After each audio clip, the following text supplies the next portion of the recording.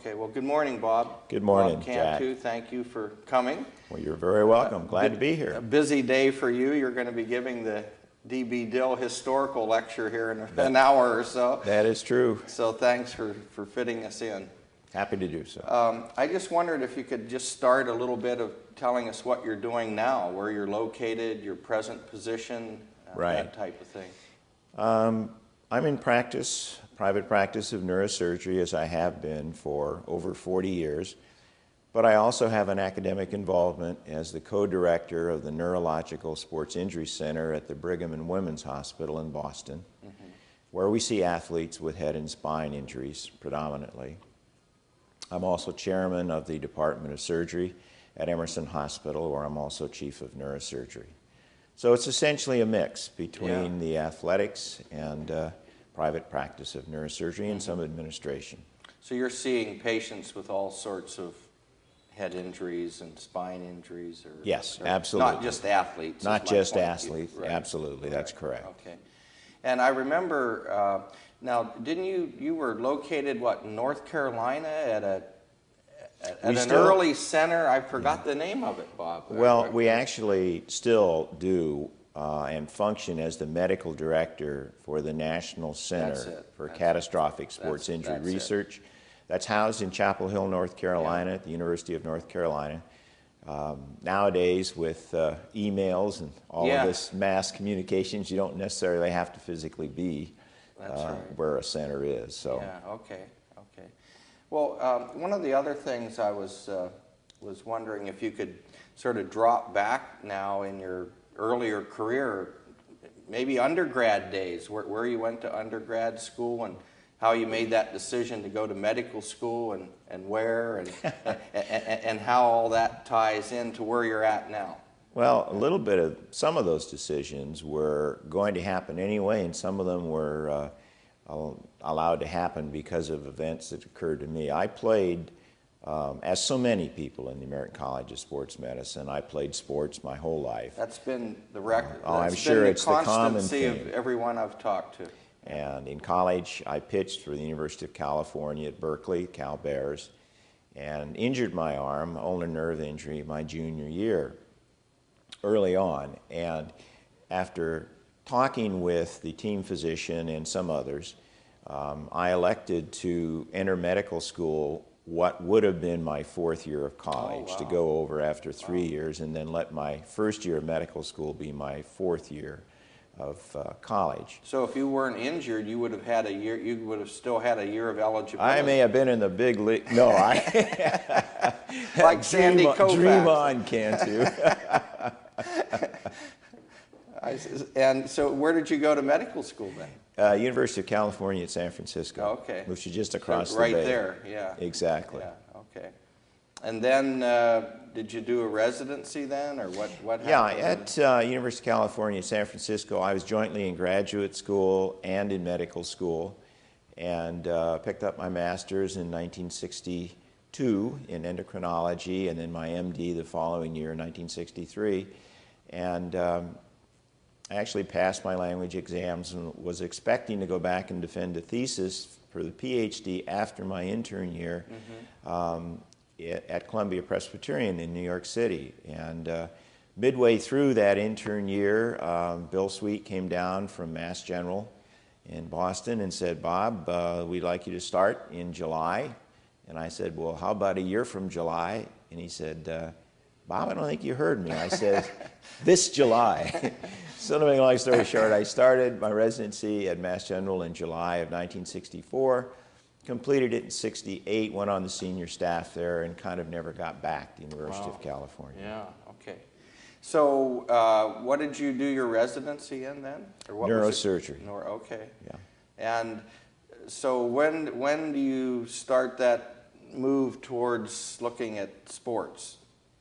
Well, I don't think... Or had you been doing it, or, I mean, it's sort of mixed now anyhow. Yeah, so I never really you never moved... really specialized in that. I never really moved away from it in the sense of when I was in medical school, I couldn't play baseball anymore, of course, but long-distance running is what we picked up. It was really a hotbed of it in New England, even way back in the 60s. And then I transitioned into not only to running, but tennis also, when it kind of hit its big peak in the 70s, and I've stayed with that in a competitive way. In terms of the interest in sports, I think they were always there. Yeah. And then one of the really exciting things for me is that research in sports medicine really is wide open today, but it's always been wide open. And when I left academic neurosurgery in 1973, at least full-time academic neurosurgery, I continued to do research in the area of sports because that was an easy one to do and was wide open. Is that when you started your boxing research? Or, that was a little bit later. Later? Basically, we've fallen into the prevention, treatment, rehabilitation of brain and spinal cord injuries because that's what I deal with as a neurosurgeon. Yeah, that's just and so boxing was just one of those sports that came along, and we've devoted quite a bit of interest and time to it. And tragically, it's a sport that really needs a lot of people to be involved with it because it doesn't have national organizing bodies. It doesn't have workman's compensation and pension plans and all these things that athletes should have. Yeah. I noticed, I mean, I got into it a little bit in one of my classes, and I didn't realize it, but so much of it is governed by state boxing associations. So what happens in New Jersey could be different than what happens in Michigan. It's absolutely or whatever. true. And Every state that has must present a tremendous problem for consistency and It safety. It does, and it also presents a very unique situation, unique only to boxing, and that is because each state does have its boxing commission with its own rules and regulations that aren't the same. They do have one rule, though, that if a state disqualifies a boxer on a medical basis, that all the other states will also disqualify that boxer, even though the rule under which they got disqualified may not be in their own rules and regulations. I know that always wasn't the case because I remember stories of boxers ineligible to fight. Well, they change names and go someplace else. There's ways around it. Yeah, I'm afraid so, unfortunately. Well, when did you get associated with the American College of Sports Medicine, and how did that happen? Yeah, my involvement with American College of Sports Medicine, I have to credit to Lyle McKaylee, a past president, who at the time was president of the New England chapter of the American College of Sports Medicine. And he first got me involved with the New England chapter, and then pretty much simultaneously in 1978, the national chapter as well. And basically, it was just an exciting opportunity to be involved with a sports medicine organization and work in the field. And I would think the research aspect, the strong science going on in this organization was attractive to you as well. Unquestionably. Unquestionably. Yeah. So I'm very familiar with your boxing book.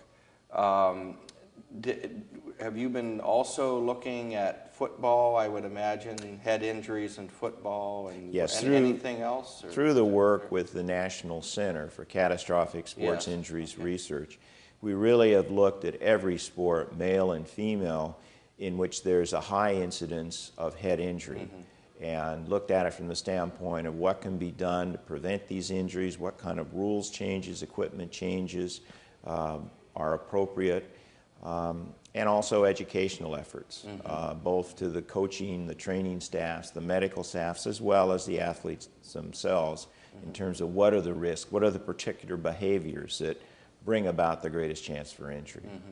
Has the NCAA gotten, and I would imagine they've gotten pretty involved in that now. Yes, they are, and they're quite involved with their own statistics about the incidence of head and spine injuries in their various male and female sports.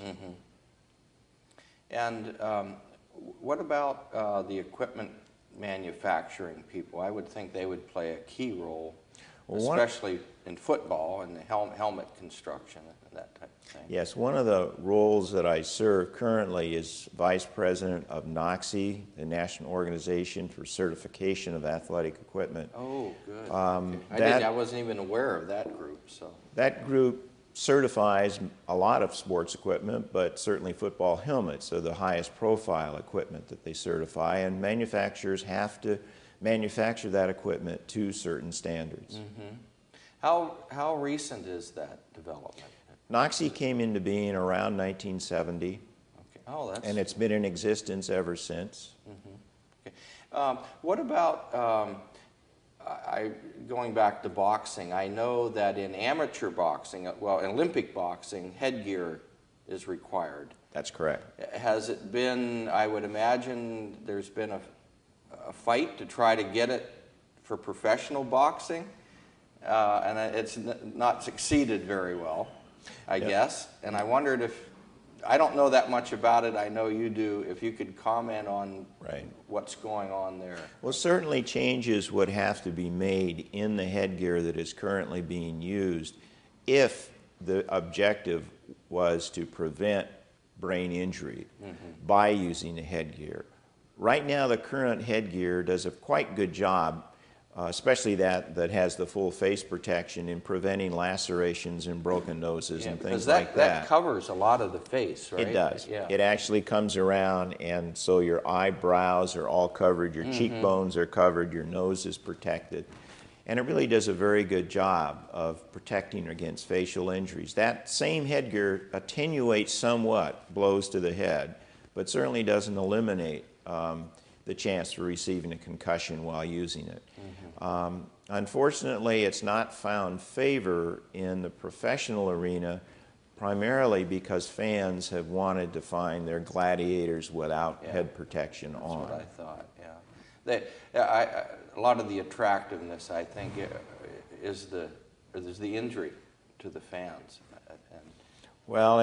And the knockouts. Yeah, it's kind of like you go to NASCAR and you see cars go around in a circle, and everybody wants to see the big wreck. Yeah. And in boxing, everybody wants to see the knockout. Right. But I think, with very few exceptions, people want to see their gladiators or their race car drivers walk away from that wreck too. They don't want them hurt. Yeah. But yes, they do want to see the big excitement. Well, in the little bit of time we have left, what's on your research agenda and so forth in the future? And any comments on where ACSM is at now, and looking at it from a past president's perspective? Sure. On our agenda right now is with Fred Mueller, the Director for the National Center for Catastrophic Sports Injury Research. We're in the process of putting together a book which will kind of summarize the center's experience, and the data goes all the way back to 1931. So it's what a good project. Going to be quite exhaustive when it's through.